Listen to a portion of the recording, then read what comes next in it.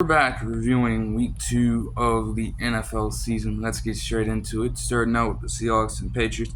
Seahawks win a close one, 23-20 in overtime, the second overtime game of the season in as many weeks, and yet another game that should not have been as close as it was, but you know what? The win will be taken anyways. To go through it shortly, obviously they were going to be shorthanded without Kenneth Walker III as dynamic of a runner as he has been over the past few seasons for the team. So they insert Zach Charbonnet, and he only averaged 2.7 yards a carry, which was very weird. Now, you did get a touchdown out of it, but overall the rushing unit struggled, and that allowed the Patriots to get some easy stops on third down when the Seahawks would normally just try to favor run, because you're thinking, oh, hey, Charbonnet has a little more, like, his play style is more suited for a power back, so you're thinking you can get that yardage, and it just didn't pan out, so it led to a lot of stalled drives. On the Patriots end, though, they were able to keep it close with the fact that both Ramondre Stevenson and Antonio Gibson went over 80 yards rushing. In fact, Antonio Gibson probably had his best rushing performance maybe of his career. 11 for 96. I'd never seen him with a game like that when he played for the Commanders. And overall, they averaged 5 yards a carry as a team for 185 yards. Even if their overall attack wasn't necessarily lethal, the defense had to commit to the run, and they were able to get a few third down stops, but they were also able, on the Patriots side, to extend some drives that probably would have resulted in 3-and-out situations in favor of getting more field goals on the board and getting a couple of touchdown drives in there. Also, to account for the passing attack from both teams. Start out with the Patriots here. Jacoby Brissett went 15 for 27, 149 yards, and a touchdown. Now, try this shit out, because wide receivers in the Patriots offense on Sunday only accounted for 3 receptions and 19 yards of those 149 passing yards and 15 completions. A lot of tight end action, a lot of checkdowns to the running back, which makes sense from a quarterback like Jacoby Brissett. Hunter Henry had his best game in years, to be completely honest with you. 8 for 109, and he had a few drops, but when you have an offense that's revolved around the tight end like that and short throws, you're typically looking to a player like Hunter Henry, who has been a solidified safety valve over some time. Maybe not so much as a Charger, but especially as a Patriot, with the way they call their offense around there, then you had to expect that, and obviously that's posed problems. So it kind of hurt them in the very end to, just involve their tight ends and running backs way more than their receivers. But to their credit, Jalen Polk did get a 5-yard reception touchdown earlier in the game. And I look to the Seahawks, though, and I see that Geno Smith had 33 completions on 44 pass attempts for 327 yards and a single touchdown. Then you go down to Tyler Lockett, and you see that he, for a while in the game, had a single reception for a negative yard. And then right in the overtime period, when he needed to come up with a big play, they called his number. They went to him, and he got a 16-yard game to put him at 15 overall receiving yards for the game. But how the hell does Geno get to all that without barely targeting Tyler Lockett? Well, you have D.K. Metcalf and Jackson Smith-Njigba setting history for the Seahawks franchise, as both finished with more than 10 receptions. Metcalf 10, Jackson Smith-Njigba 12, and both finished with more than 100 receiving yards. Metcalf 129, Jackson Smith-Njigba 117, with D.K. Metcalf catching the only touchdown pass on a just play that he lost everybody on. Blazed right past Kyle Duggar for an easy 56-yard score.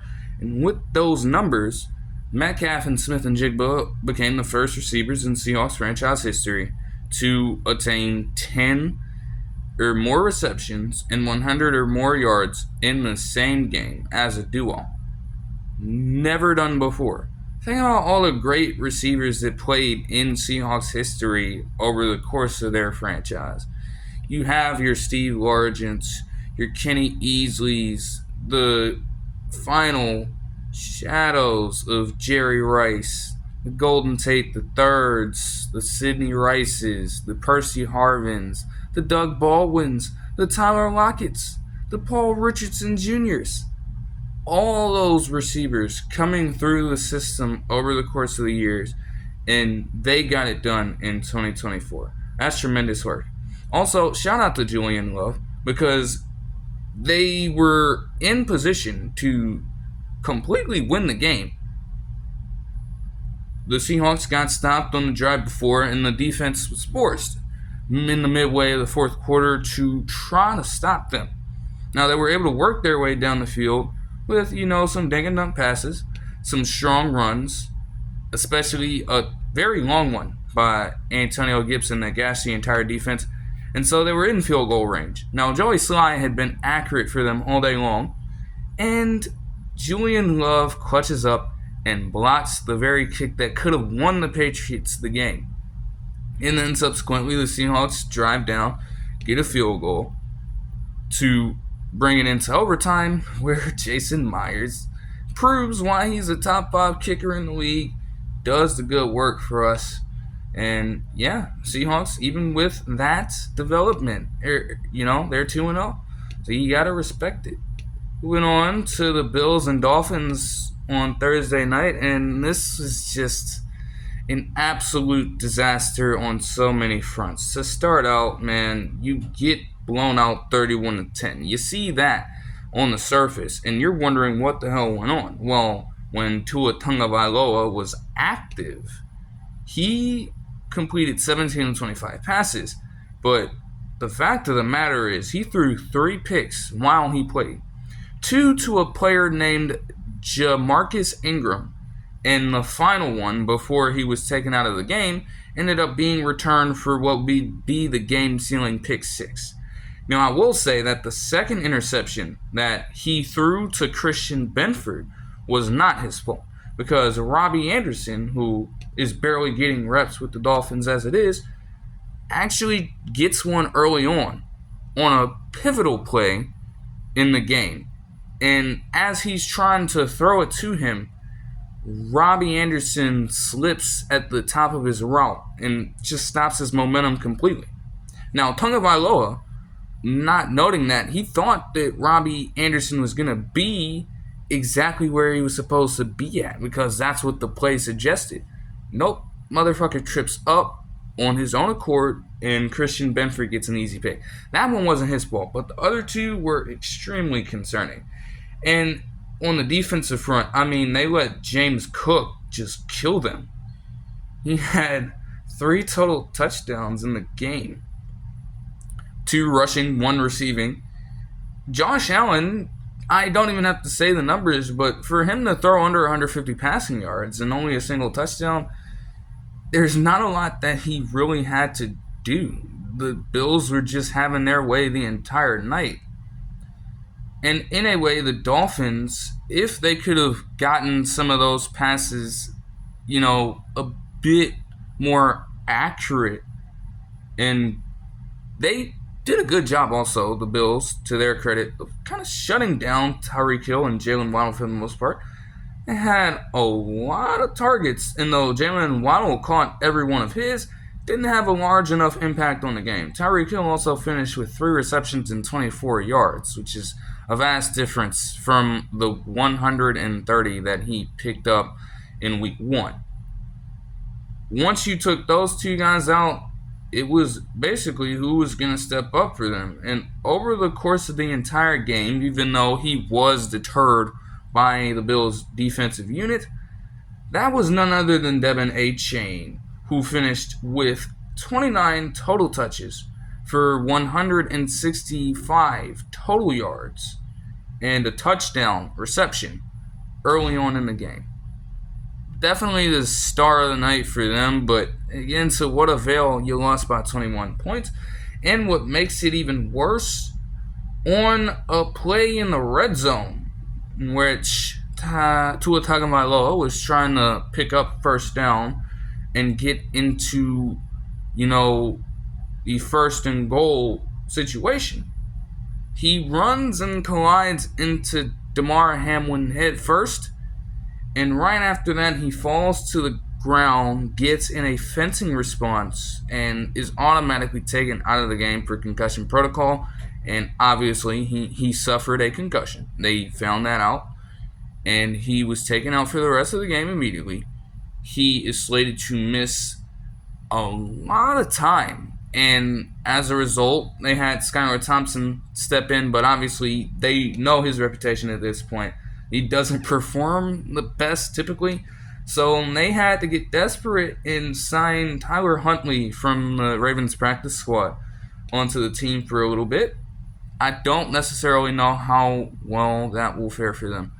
But all we can say here is that you just hope that Tua Tagovailoa gets better and can recover in a reasonable manner so that he can return, if he wishes, as a stronger and better player with a sharp mind. Because you're taking that many shots to the brain. He suffered 3 in 2022. He dealt with these problems at Alabama while he was playing for them. You're absorbing all that head trauma. Eventually, there's not necessarily a sort of timetable on how many you have to take in order to start experiencing, neurodivergent issues or anything of the sort, but when you are dealing with all of that over the years, at some point, those issues could take form, and you don't want to see anybody reach that point. So you hope you can get better, but also when it comes to playing football and avoiding it, just lie. I mean, he literally dove into Damar Hamlin head first. It's unfortunately, and I don't mean to be any sort of disrespectful here, but it's dude, you have that experience with it. Why are you not taking better care of your body by just making a simple baseball slide? Because whoever's telling him to give up in that way is clearly not doing their job. And I guess somebody who also just isn't doing their job, probably one of the upsets of the week, man. The Raiders beat the Ravens 26-23 on Sunday. One of the first games that I watched in that very day, and I don't know. Both of the coaches started out the game with some horrible, questionable play calling and decision making. They were the Raiders, barely getting Avante Adams involved. I saw that he had 3 receptions for 18 yards at one point. I was shocked. I didn't even catch the first 2. That's how bad it was. And then they were being as passive as possible, trying to establish the run game when they only finished the day with 17 rushes for 27 fucking yards. I don't know what Antonio Pierce was thinking, but, it was very slow in the first half. They only combined for 15 points. All field goals, and then the Ravens started to turn it up just a little bit in the second half. You get Derrick Henry getting a rushing touchdown on a wildcat play after Lamar Jackson throws a dime in the red zone to Zay Flowers for a touchdown, and Zay Flowers ended up having the best receiver performance of the day for the Ravens with 7 for 91 and that aforementioned touchdown. Not to mention, too, it was looking very good for the Ravens for a while because of the work that Odafe Owe was doing. And I was questioning how much of an X factor he would really be, because I heard that some Fox analyst, in the newsroom slated him to be an X factor. I questioned that. I laughed at it. And off the rip, he gets a sack. He finished with 2.5. He had 5 tackles and 2 tackles for loss, obviously accounting for the sacks as well. That was a strong performance with him. You have him actually generating pressure enough to where he can get his hands on the quarterback and get that quarterback down, that's great work. You thought the Ravens would have had it at that point. Nope, because Harbaugh he clearly has not learned his lesson from last week. And that interception that was thrown that kind of turned the tide also is not Lamar Jackson's fault. Okay, Nelson Aguilar did what he does best. Dropped the fucking ball right into the cornerback's hands. And everything just went to shit from there. They started to get Devontae Adams more involved. 9 for 110 and a touchdown. You have a quarterback like Gardner Minshew the second in, and you're probably going to be looking for him targeting his safety valve at some point. And Brock Bowers had a solid game as well. He caught all 9 of his targets. He had close to 100 yards too. They were riding those two for most of the game. No other receiver on this team had more than 30. Jacoby Myers got close with 29 on 4 receptions. That's about it. Those guys just ate and just moved ball down the field until they forced the Ravens in a spot where they needed to tighten up. And whether it be coaching, whether it be on-field execution, they could not make that happen.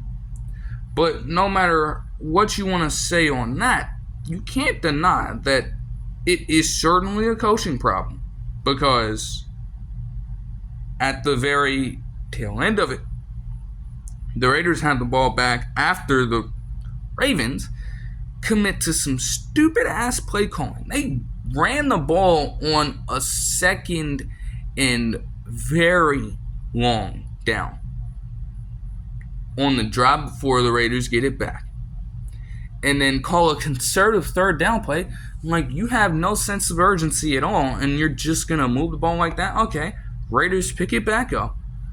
They get good field position, and Harbaugh decides to call his final timeout very early in that possession.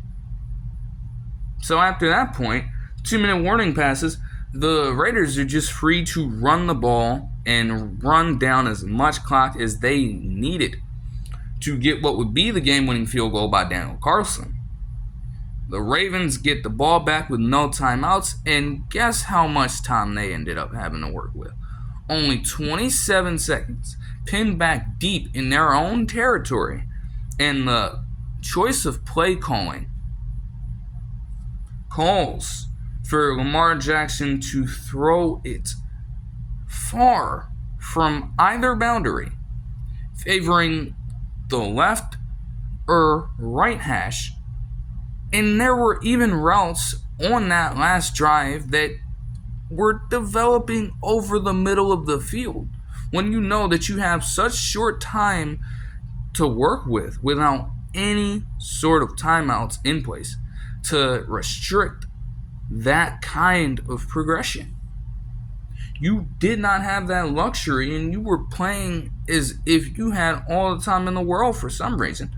Then the very final game comes down to Lamar Jackson not even favoring throwing the ball because, one, it was probably far too deep, which wouldn't have been an issue if you were able to call better plays that picked up more yardage and accounted for you getting out of bounds in the first place. He feels the need to just take off and run for 55 yards before trying to pitch it back, and that obviously flopped, and they lose the game. Like, the Ravens, again, next week, you have the Cowboys. Now, you have to figure this out. You have got to figure this out. It may not necessarily be them accounting for the fact that they lost such a crusher to the Chiefs one. But like I said, the reaction to that and the way they came out in this one at the tail end of it to try to close it out and win, there could be some serious problems there that they need to account for, and fast. The 0-2 start that Harbaugh has right now is his second such start to a season. since 2015, and all of the Ravens fans out there know how that 2015 season went. I don't even have to remind you. So you certainly want to turn things around as fast as you can. Another 0-2 team would be none other than the Los Angeles Rams, and they are going through some shit as well.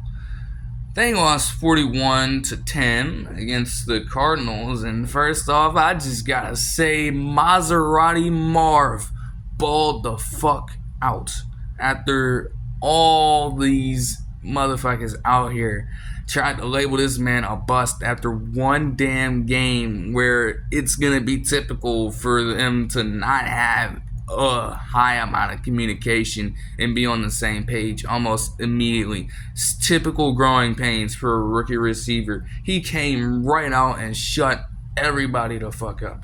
4 receptions for 130 yards and 2 touchdowns immediately. A beautiful possession catch in the red zone to start out the game on a 23-yard pass from Kyler Murray, and a beautiful 60-yard reception. Now, granted, the corner did catch up with him a little bit, but he stretched that motherfucking arm out, dove for that motherfucking end zone, and got that shit. Great game from him, and great game from Kyler Murray, too. I mean, damn, like some of the moves he was making, that other touchdown pass that he would end up getting to Elijah Higgins showed off a lot of excellent movement. You know, when he actually chooses to lock in and, study the game film, break down different plays in the playbook, he is certainly still an elite level quarterback when he wants to be. That play was so impressive.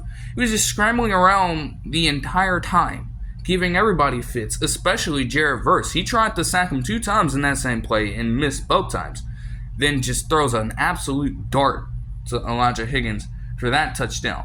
With his performance, 17 of 21, 266, 3 touchdowns, and also 59 rushing yards, he became the first NFL quarterback since Ken Anderson in 1974 to attain more than 250 passing yards, 50 rushing yards, and a perfect passer rating in a single game. And with that, there were news that just came out that his game ball and his jersey will be sent to Canton, Ohio, and be placed in the Pro Football Hall of Fame for how spectacular that game was. It doesn't get any better than that. I think that game, sent a message that, like, he's back. He's a little back, too. And James Conner, too, for that matter. He had 21 rushes for 122 yards and a touchdown to just put some more icing on the cake for everybody. Even Dave Mercado had 46 rushing yards just out of the blue, and they attained a good balance. They almost had 500 total yards, 231 of them rushing, 266 of them passing. You got to respect it. Like, the Cardinals came out to play. And the Rams, they were just not going to match in any capacity. Stafford struggled. He struggled. I mean, yes, 19 of 27, 216 yards doesn't look like that much of a struggle. But when you watch the game, he did not get those stats easily. And it was more of, just garbage time at that point. I mean, was it really worth keeping him in at that point? One could argue that. The rushing game was not on point. Kyren Williams got locked up. They tried to get Blake Corum involved, but the Cardinals' D-line just swallowed them whole. They only averaged 2.6 yards a carry and only had 53 rushing yards.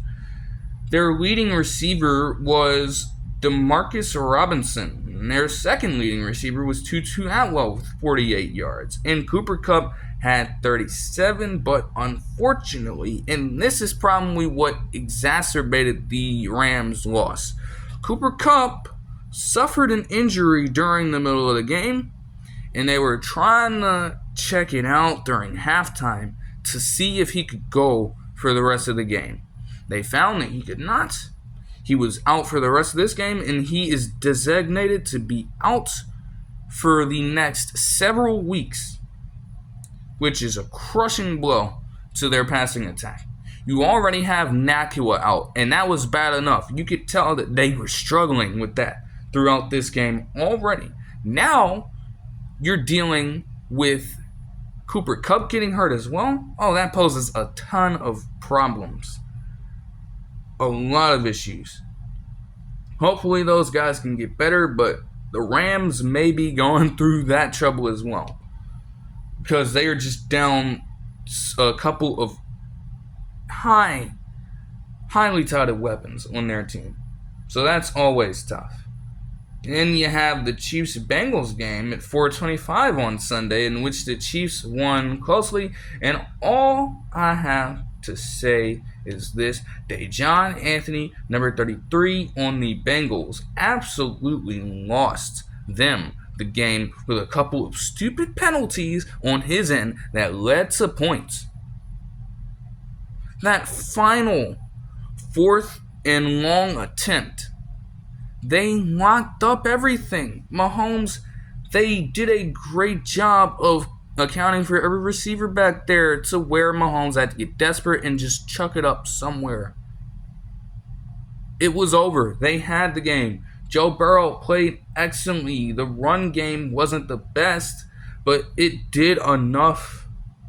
Okay? Mike Gesicki had his best game in multiple years. Jermaine Burton got a 47-yard catch. Andre Yoshivas from Princeton got 2 touchdowns on elite moves in the end zone. They had the game in the bag. And the Chiefs were suffocated in the passing game all day long. Mahomes threw 2 picks. He was held only at around 150 passing yards. They had to rely on the run game to move the ball down the field. You got exactly what you wanted out of this game if you were the Bengals. And if you were Cameron Taylor-Britt in an earlier play against Xavier Worthy of all people, yes, he talked all that smack about him. He was lined up on him. Mahomes throws it up, trying to get Xavier Worthy to make a play, and Cameron Taylor-Britt intercepts it with one hand. Goes up for that motherfucker, catches the hell out of it, and the Bengals get the ball back. But that's besides the point. That culminated in this moment. You worked so hard, and you have typically beaten the Chiefs in the regular season anyways. You want to keep that reputation going if you're Joe Burrow, because you outplayed Mahomes in pretty much every metric. And what does Dejon Anthony do? He commits a pass interference penalty. That is a spot foul and an automatic first down for the Chiefs. Harrison Butker, in a few plays after that, is allowed to do what he does as the second most accurate kicker in NFL history and bang home the kick, just like he has typically done in most playoff scenarios for the Chiefs over the past few years. And that's why he's attained that status in terms of football. Like, I understand, because I'm legitimately not sure who Mr. Dejon Anthony is. Definitely rookie mistakes, but it's like, oh my gosh. Whereas the Joseph Asai one that occurred in the championship game to send the Chiefs to Super Bowl 57, that was a little different than this. And I mean, obviously there are no stakes on the line here, but it's just like, that's not something that Asai could control. I think Anthony could have controlled getting there as fast as he did, because he got there too damn early. And yes, the rules aren't definitely in favor of the offense, which is very lame. I get that, and you're definitely sulking about it if you are a Bengals fan. I get that, but in my opinion, you know that you probably got a decent amount of ball skills to just handle it later. You rushed the process, and ultimately you suffered the consequence. So that's all I have to say for that one. Very unorthodox Sunday night football game between the Bears and the Texans. Now, the Bears defense, credit to them, they got very close. They almost forced a pick on CJ Stroud, which would have broken the consecutive pass attempts without an interception streak that still continues by the end of this game. He threw for 260 yards, 23 completions, and a touchdown on 63.9% accuracy. But they gave him fits. They made a lot of these passes difficult for him. They got a good amount of pressure on him, especially led by Montez Sweat. And the rushing game was non-existent. Only held them to 75 rushing yards. And Joe Mixon also suffered an injury. He did try to play after said injury for just a little bit, but eventually they decided to go with Cameron Akers. And Cameron Akers did well for the given situation. Nico Collins got 135 yards in this game, a touchdown, and he ends up this week as the league leader in receiving yards with 252 overall. And they also targeted Stephon Diggs on a few situations on third down. They needed a first, and he picked it up for them pretty easily. They did challenge one and found that he was relatively short, and the Texans had to give up the ball from there. But, even with all that effort defensively, which you love to see from the Bears. Again, I was questioning how consistent it was going to be, but they could be for real. We're still only 2 weeks in, but they do show promise if you're doing that to a vastly better team. We all know what the Texans were able to do over the course of this offseason and what momentum they were coming into the season with, coming off of the year last season, right? You take it to them like that, you certainly have to get credit for it. However, there was one small counter with this development on the defensive end. Caleb Williams felt a similar amount of pressure from the Texans defense all night long and just could not find a way how to deal with it. Now, early on, they were going through a lot of short play calls with him, getting some simple passes in, trying to build up a rhythm, and he sort of established it early on. They even got a touchdown drive before the end of the first half. But as the game went on, it just got awful. He was getting banged up left and right. The offensive line allowed 7 sacks, which is a travesty, and now they lead the league with sacks allowed in 9 to start out the season. Caleb Williams also started to, with this pressure on coming, he didn't know what to do, so he started to revert to some of his old college tendencies. And we saw some of the dynamic plays at his college tenure in both Oklahoma and USC that would work against slower athletes, not the NFL. And those 2 interceptions came back to bite him tremendously. Now, they still did have a chance at the end to potentially win the game. But overthrows, underthrows, you name it, Caleb Williams just could not find it at the very end. And there was a miscommunication with him and Rome Odunze, on that final 4th and 17. Odunze was supposed to come back, and Williams threw a good ball, but Odunze, again, ran the wrong route, and as a result, that drive ended. The game was over from there. So, again, more growing pains from the Bears, but you saw some good things from Caleb Williams early on. He got rid of the ball a lot quicker in the earlier portions of the game. But when those tensions come, he is certainly going to have to learn that there are better and, frankly, more passive ways to deal with those threats than trying to be as aggressive and dynamic as you were in college, because in the NFL, it's a completely different ballgame. It's not always going to translate. So we'll have to figure that out.